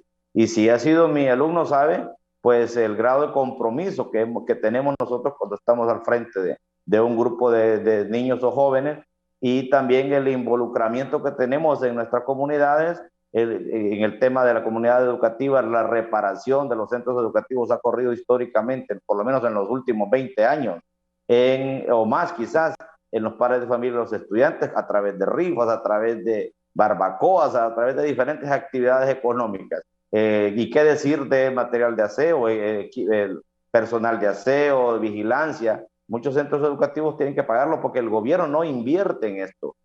Una televidente se refería y decía que han estado en clases presenciales y que el Señor Jesucristo les ha guardado. Bueno, qué bueno por ellos, pero hay más de 1000 docentes que no pueden decir eso, que el Señor Jesucristo los ha guardado. Muchos nos han escrito, nos dicen, hemos tenido que andar buscando matrícula, hemos tenido que andar buscando alumnos que no han regresado o que no se han conectado, y en esa dinámica nos hemos contagiado, y Jesucristo les ha guardado de que no se han muerto, pero el contagio está ahí. Eso es una realidad que no la podemos obviar.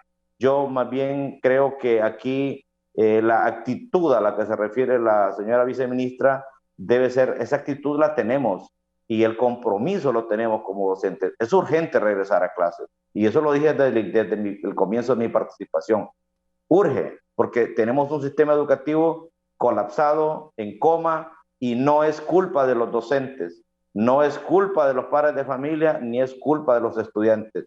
Tenemos que encontrarle una salida a esto, pero todo esto va a depender que haya voluntad política. De nada sirve, como dijo Denis Cáceres, las propuestas de todos los sectores. Nosotros como Federación de Organizaciones Magisteriales o individualmente las organizaciones magisteriales hemos presentado propuestas y no se nos ha escuchado. Hemos estado predicando en muchos sectores que hemos podido opinar en temas educativos, y creo que el doctor Brevet también lo ha hecho a través de algunos espacios donde convergen las universidades, en el Consejo Nacional de Educación también. Ahí se predica prácticamente en el desierto. Quienes toman las decisiones, de nada sirve darles insumos técnicos, científicos, si al final las decisiones quedan en nada y no hay voluntad, porque creemos nosotros firmemente que están propiciando todo este descalabro en educación. Entre menos se educa un pueblo, más fácil es tenerlo cada 4 años votando por aquel que le pone la soga al cuello, o alabando pues al político corrupto que cada 4 años le da una libra de frijoles, y eso es lo que quieren, fomentar este tipo de situaciones para tener un pueblo lo menos educado posible. Bien, antes de ir con don Carlos, el gobierno no tiene presupuesto para invertir en bioseguridad. Quieren que sean los padres que se encarguen de eso, cosa que me parece irascible, tomando en cuenta que el padre vive el día a día. Esta es la respuesta a lo que dice Fidel. El gobierno jamás en 33 años me ha regalado un marcador, pero ahora que me van a dar mascarilla y guantes. Recuerden que el niño es asintomático. Será un genocidio si toman una medida de retornar a clases. Don Carlos Avión. Sí, justamente por eso es que nosotros en la federación hemos sido muy cautos, muy cautelosos, la asesoría a los afiliados, porque si yo hago toda la inversión en bioseguridad, y hay escuelas que han hecho números y son inversiones de millones de lempiras, y por mucha inversión en bioseguridad que yo haga, si me aparece un brote en la escuela, no lo dude que me la van a cerrar, ¿verdad? Que no puede, como ha pasado en varios países, ¿verdad? En España, por ejemplo, han cerrado por 20 días, 10 días, 15 días, cuando ha habido brotes entre alumnos y profesores. Pero aquí también el otro temor es que, o la otra situación que se va a dar, porque también hemos hecho encuestas, las escuelas han hecho encuestas internas, más o menos un 50, 40, 50, 60% de los padres dicen que ellos mandarían a sus hijos a la escuela. Otros, esa otra casi mitad dice que no. Entonces, ante esa situación, por eso he escuchado al ministro de Educación decir que aquí hay 2 condiciones para volver a las clases presenciales, o más, 3, 4. La primera es bajos contagios en la comunidad. Segundo, que es voluntario. El centro educativo decide, en el caso de las privadas, decide si quiere o no ofrecer servicios semipresenciales. Aunque claro, en la escuela privada sí queremos regresar a clases porque nos conviene porque el servicio que paga el padre de familia es porque se le dé lo mejor posible. Pero el tercer elemento pasa por la voluntariedad del padre de familia. No se puede obligar al padre de familia a enviar a su hijo a la escuela si él no quiere. Y aquí no hay ley que en estas circunstancias se le pueda obligar. De ahí entonces que, bueno, si el alumno va a la escuela presencialmente, ¿qué va a hacer la escuela? ¿Qué tiene que tener la escuela? Y obviamente ese protocolo de retorno seguro a clases se lo dice claramente. todas las medidas de distanciamiento, el gel, la mascarilla, que no haya aglomeración, cómo separar a los alumnos en el aula, cómo separarlos en el recreo. En el caso del transporte, aquí hay que hacer una aclaración, y es que el transporte de alumnos es una práctica que se da aquí en Tegucigalpa, pero en el resto del país es muy escaso eso. En el resto del país, básicamente, el papá va a dejar a su hijo a la escuela, ¿va? Aquí en Tegucigalpa sí es una de las situaciones que le hemos planteado a SINAGER, que debe tomarse en cuenta también. Y hay escuelas que son dueñas de sus medios de transporte y hay escuelas que los subcontratan. Esto va a subir costos igualmente. Entonces, y el otro punto y el otro temor, que por lo menos yo personalmente, dirigiendo escuelas, lo tuve, es que si un alumno va a la escuela y se contagia, no le extrañe que más de algún padre de familia va a culpar a la escuela y la va a querer demandar en el caso, bueno, puede ser pública o privada. El pobre director de la pública va a terminar siendo demandado por ese padre de familia porque dice que por culpa de él su hijo se le contagió. Y como estamos viendo, los contagios entre los niños se están dando y también llegan con bastante severidad. He escuchado al doctor Videa y a otros médicos los casos que se están dando. Así es que, para resumir, pues todo esto es muy complejo, involucra muchas cosas que hay que valorar, pero sí es fundamental establecerlo. Debemos regresar a clases, debemos hacer todo lo posible como sectores, todos los sectores, hacer todo lo posible por regresar de la manera más segura posible, pero debemos regresar a las clases. Denis. Sí, bueno, me parece que ha sido un gran foro, muy importante.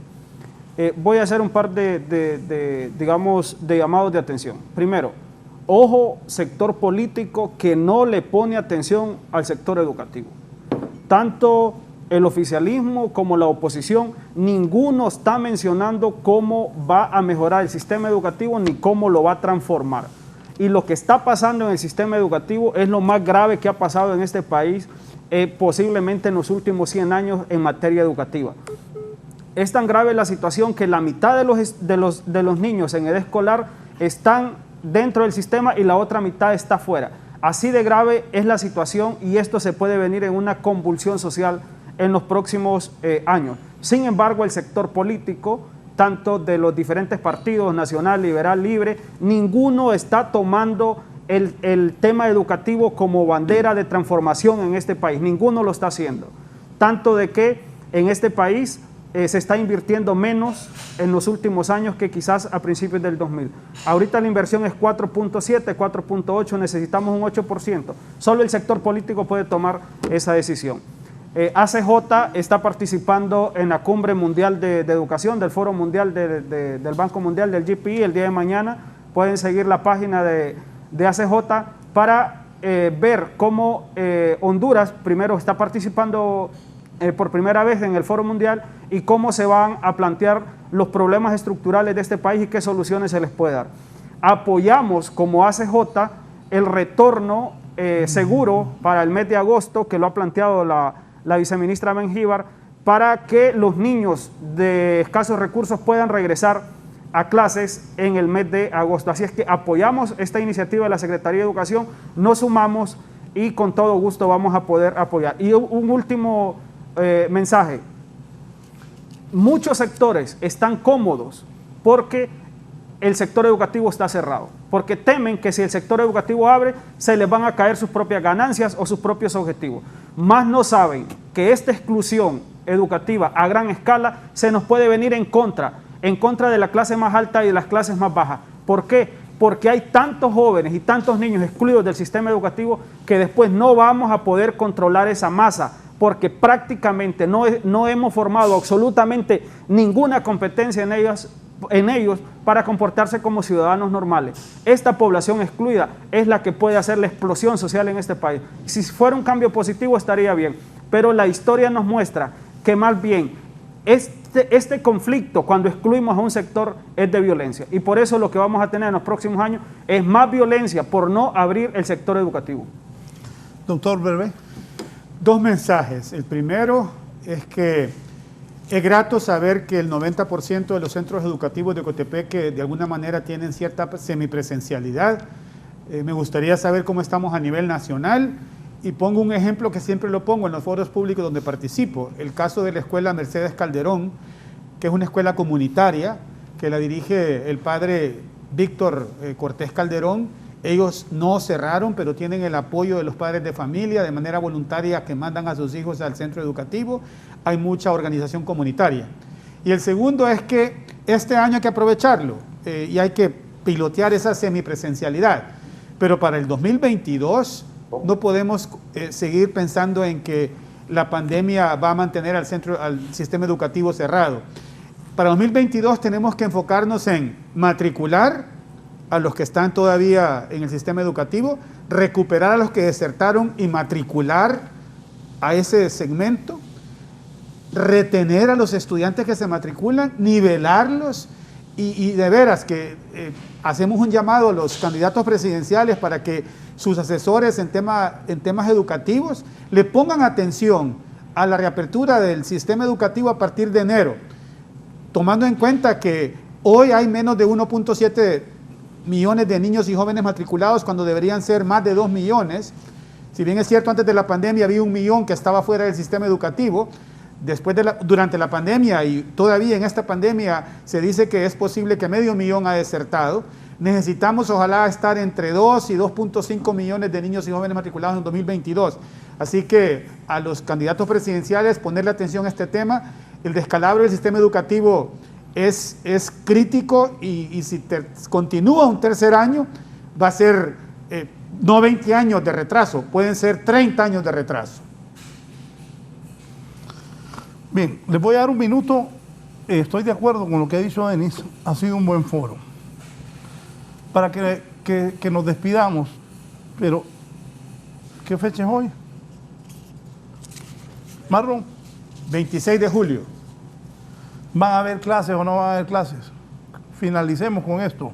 Voy a empezar con la viceministra Gloria Mengíbar, que le agradezco, como siempre, su comparecencia. Es importante, creo que ella hace una buena labor en el Ministerio de Educación. No porque esté en el programa, me parece, a ella la veo que trabaja. Así deben ser los funcionarios. Porque Marlon y yo nunca habíamos sido funcionarios y cuando lo fuimos trabajábamos. Me acuerdo que acompañaba a Marlon a estar ahí endulzando a los profesores. Eran tiempos duros esos. Viceministra, gracias. ¿Vamos a ir a clases o no van a haber clases?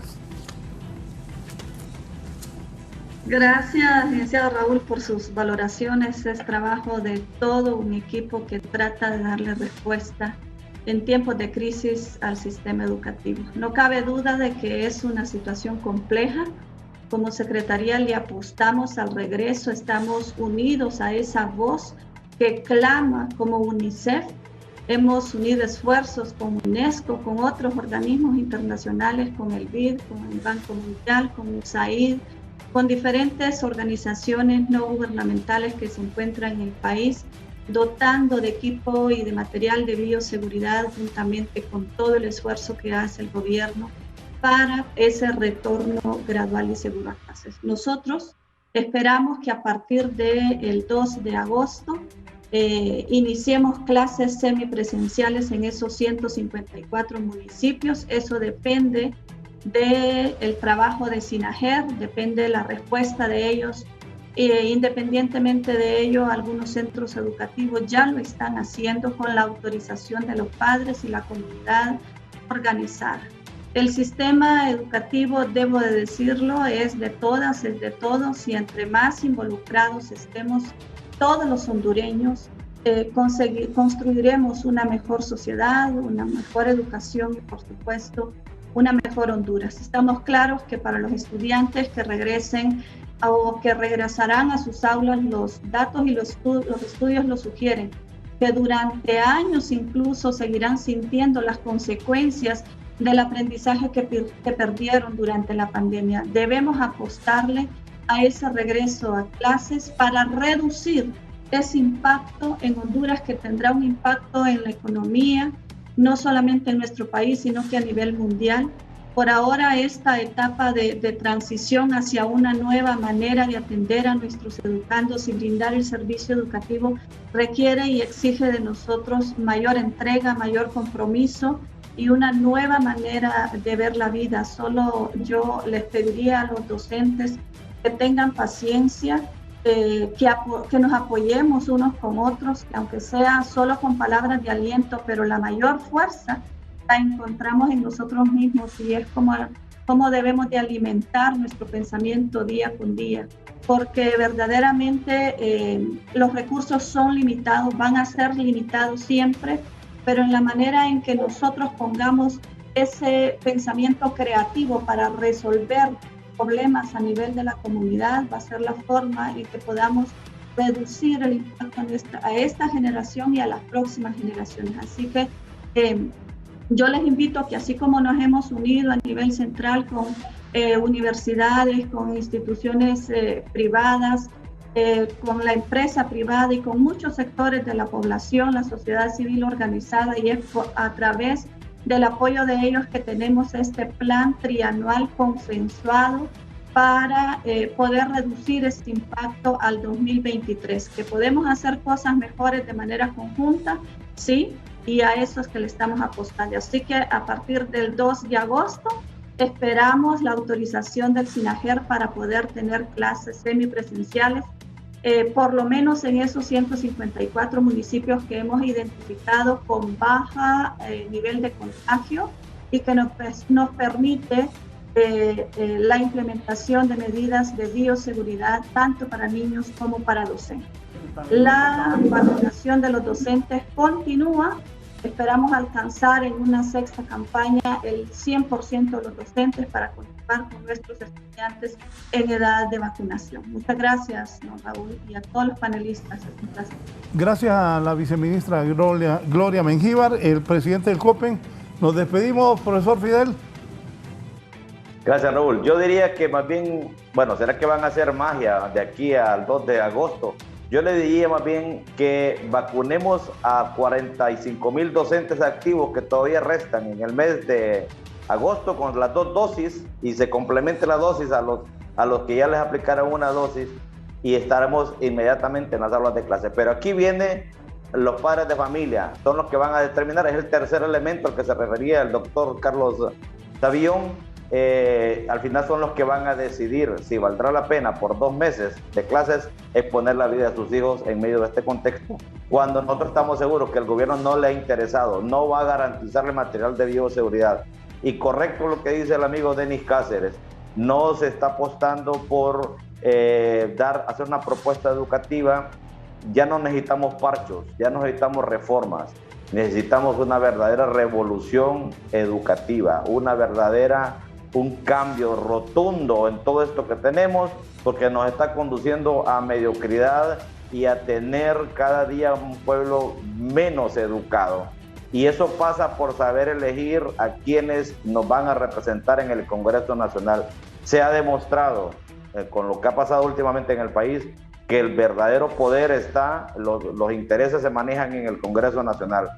Si sabemos elegir, si sabemos escoger a los hombres y mujeres que van a representar al pueblo en el próximo Congreso Nacional, seguramente vamos a poder aspirar a tener mayor inversión en el sistema educativo. De momento nosotros nos mantenemos, lo primero es preservar la vida, y pues definitivamente aquí hay un riesgo para todos y para todas. Muchas gracias, Raúl, y al pueblo hondureño. Bien, gracias a usted, al profesor Fidel García. Don Carlos. Sí, bueno, como conclusión a esto sabemos la situación como estamos y todo, pero ¿cuáles son las propuestas para salir adelante? Pues para mí yo propondría 3, 4 cosas puntuales que deben empezar a trabajarse ya. La primera, proponernos como sociedad, como gobierno, como país, que en el mes de agosto todo el personal de las escuelas, no solamente docentes, Ahí también hay secretarias, también hay aseadoras, también hay vigilantes. A todo ese personal vacunarlo, como dice Fidel, con la segunda dosis para quienes ya tienen la primera, con la primera y segunda dosis. De aquí a agosto ya el país tiene vacunas. Así que todo es de querer hacerlo y que propongámonos que para agosto todo el mundo esté vacunado. En segundo lugar, viendo a futuro, al corto plazo, primero hay que hacer inversión en educación, sí, infraestructura es fundamental. No podemos pensar que en pleno siglo XXI todavía hay alumnos sentados en el suelo o en trozos de madera. Eso no puede ser. Entonces aquí es de priorizar, ¿verdad? Entonces, porque las clases presenciales tendrán que volver y los alumnos deben tener las mejores condiciones. Capacitación docente, eso es fundamental. No podemos, aunque tenga licenciatura, pero es la práctica la que lo forma uno. Así es que la capacitación docente es fundamental. El otro elemento es la merienda escolar. Con tanta pobreza que hay en el país, tenemos que priorizar que los niños de zonas marginales y de zonas rurales tengan alimentación, que puedan tener una verdadera, y la escuela puede ser ese centro donde se les provea por lo menos un buen tiempo de comida al día. Entonces eso es práctico, fundamental. Tercero, cumplir con la ley y lograr que Hondutel sea el proveedor de internet de todas las escuelas del país, de todas las instituciones educativas. Está en la ley, está en el presupuesto general de ingresos y egresos de la República, una partida, el año pasado eran 625 millones, está en el presupuesto.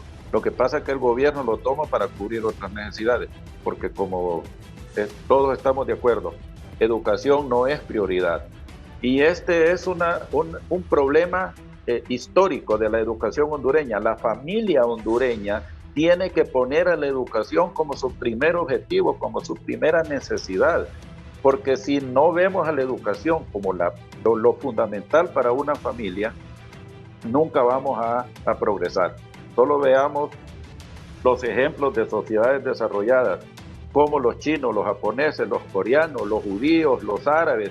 Esos pueblos toda la vida le han dado a la educación una prioridad, y nosotros debemos hacer eso como familia, como comunidad, como sociedad, para que podamos salir adelante. Entonces yo plantearía pues que estas son cuestiones en las que y por último la revolución curricular. Ya no podemos seguir con este currículum centrado, amarrado como una camisa de fuerza desde Tegucigalpa.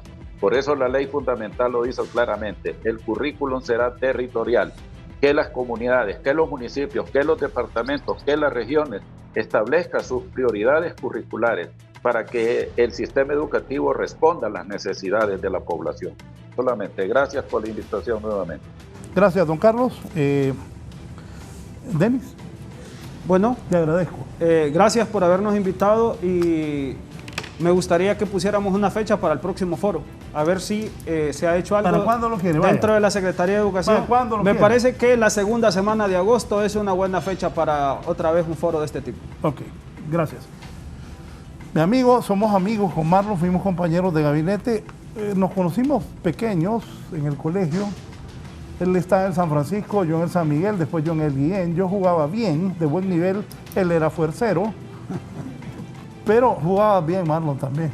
Gracias Marlon por el rector de Unitec por estar aquí. Gracias a lo que decía don Carlos Avión, inversión. Necesitamos para que todo lo que los diferentes panelistas han recomendado, que este gobierno invierta en educación y que el próximo aumente la inversión en educación. Muchas gracias. Gracias. Gracias a todos. Pasen buen día. Están a la espera de los restos de la compañera Carolina Echeverría Jailo, asesinada anoche en su casa en el Consejo Central Ejecutivo del Partido Liberal. Reiteramos nuestras muestras de respeto, solidaridad a la familia de Carolina Echeverría, asesinada anoche.